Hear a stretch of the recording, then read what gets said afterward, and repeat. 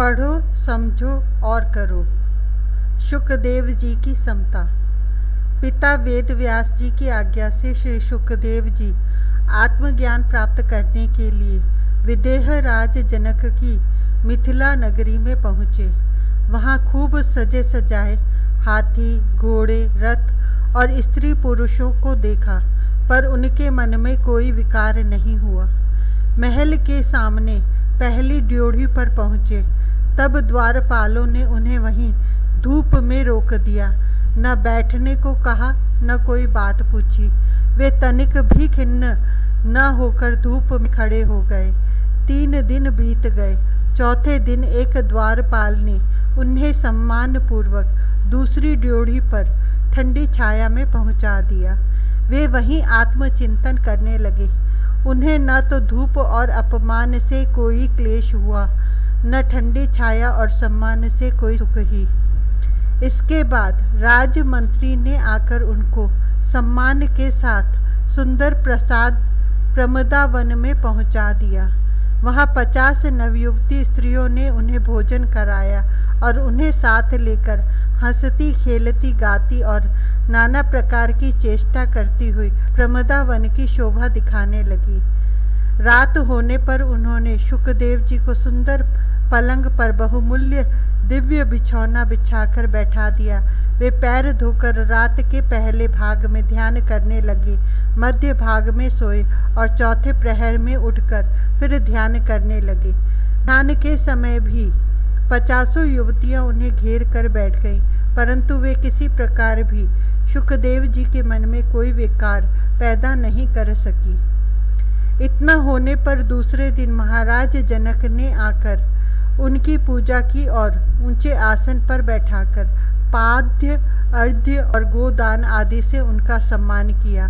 फिर स्वयं आज्ञा लेकर धरती पर बैठ गए और उनसे बातचीत करने लगे। बातचीत के अंत में जनक जी ने कहा, आप सुख दुख, लोभ शोभ, नाच गान, भय भेद सबसे मुक्त परम ज्ञानी हैं। आप अपने ज्ञान में कमी मानते हैं, इतनी ही कमी है। आप परम विज्ञान घन होकर भी अपना प्रभाव नहीं जानते हैं। जनक जी के बोध से उन्हें अपने स्वरूप का पता लग गया। पार्वती की दया। महाभागा हिमाचल नंदिनी पार्वती ने भगवान शंकर को पति रूप से प्राप्त करने के लिए घोर तप किया। श्री शंकर जी ने प्रसन्न होकर दर्शन दिए। पार्वती ने उन्हें वरण कर लिया। इसके बाद शंकर जी अंतर्ध्यान हो गए। पार्वती जी आश्रम के बाहर एक शिला पर बैठी थी। इतने में उन्हें किसी आर्त बालक के रोने की आवाज़ सुनाई दी। बालक चिल्ला रहा था, हाय हाय, मैं बच्चा हूँ, मुझे ग्रह ने पकड़ लिया है, यह अभी मुझे चबा जाएगा। मेरे माता पिता के मैं ही एकमात्र पुत्र हूँ, कोई दौड़ो, मुझे बचाओ, हाय मैं मरा। बालक का आर्तनाद सुनकर पार्वती जी दौड़ी। देखा एक बड़े ही सुंदर बालक को सरोवर में ग्रह पकड़े हुए हैं। वह पार्वती को देखते ही जल्दी से चलकर बालक को सरोवर के बीच में ले गया। बालक बड़ा तेजस्वी था, पर ग्राह के द्वारा पकड़े जाने से करुण क्रंदन कर रहा था। बालक का दुख देखकर पार्वती जी का हृदय द्रवित हो गया। वे बोली, ग्राहराज, बालक बड़ा दीन है, इसे तुरंत छोड़ दो। ग्राह बोला, देवी, दिन के छठे भाग में जो मेरे पास आवेगा वही मेरा आहार होगा।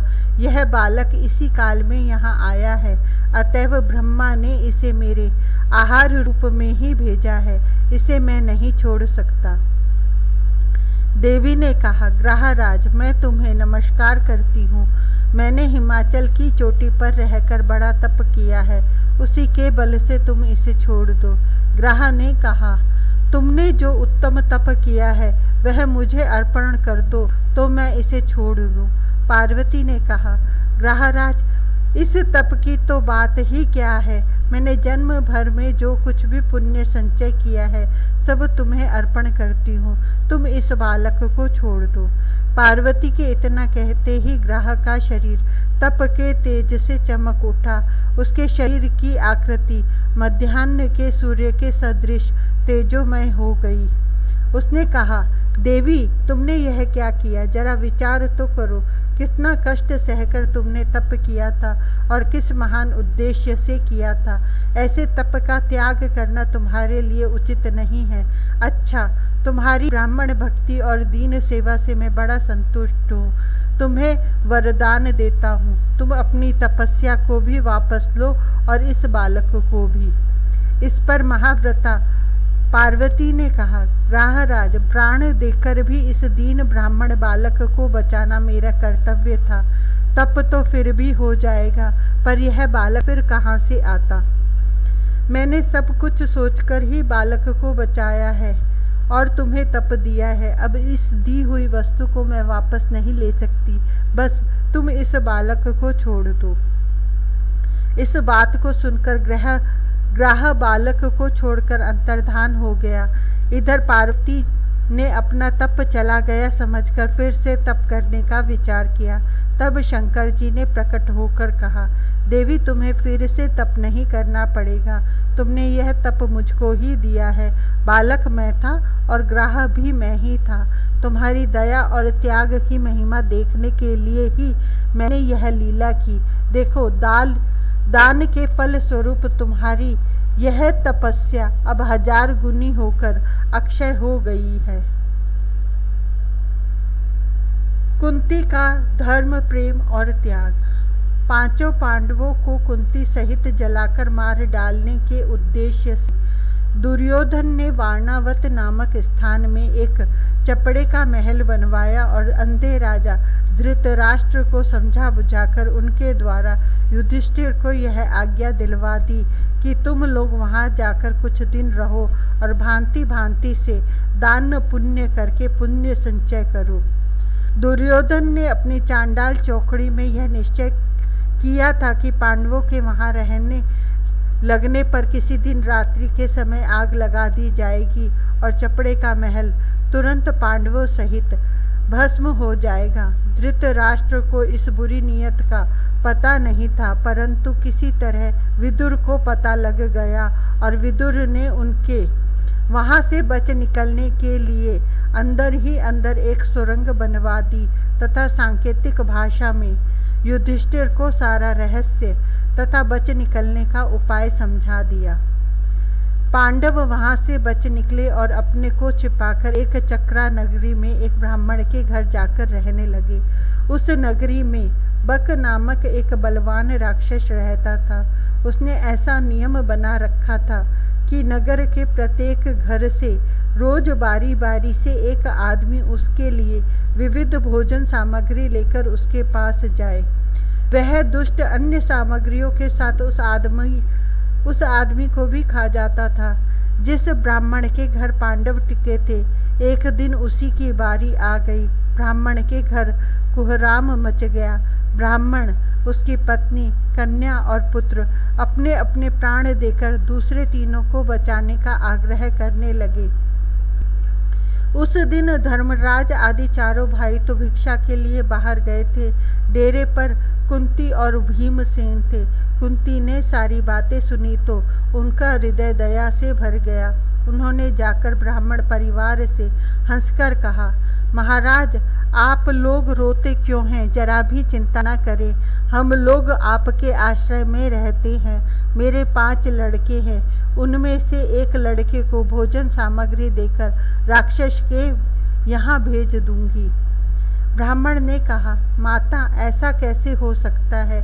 आप हमारे अतिथि हैं।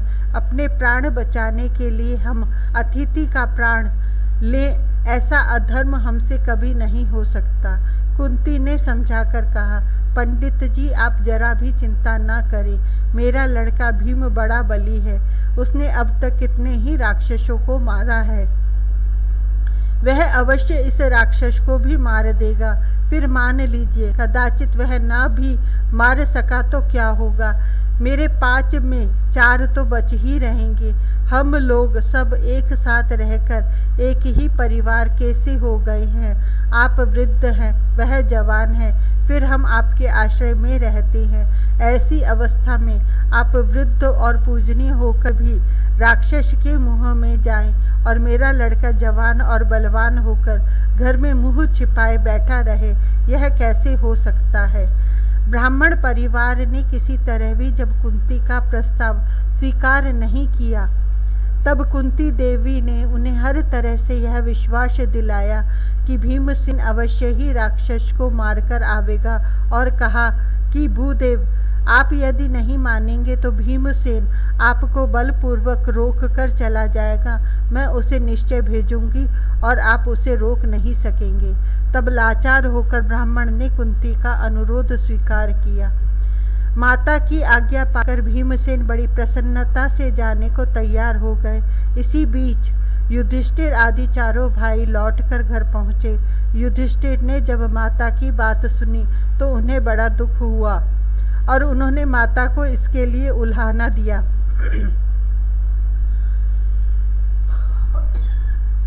इस पर कुंती देवी बोली, युधिष्ठिर, तू धर्मात्मा होकर भी इस प्रकार की बातें कैसे कह रहा है। भीम के बल का तुझको भली भांति पता है, वह राक्षस को मारकर ही आवेगा, परंतु कदाचित ऐसा न भी हो तो इस समय भीमसेन को भेजना ही क्या धर्म नहीं है। ब्राह्मण, क्षत्रिय, वैश्य और शूद्र किसी पर भी विपत्ति आवे तो बलवान क्षत्रिय का धर्म है कि अपने प्राणों को संकट में डालकर उसकी रक्षा करे। ये प्रथम तो ब्राह्मण हैं, दूसरे निर्बल हैं और तीसरे हम लोगों के आश्रयदाता है।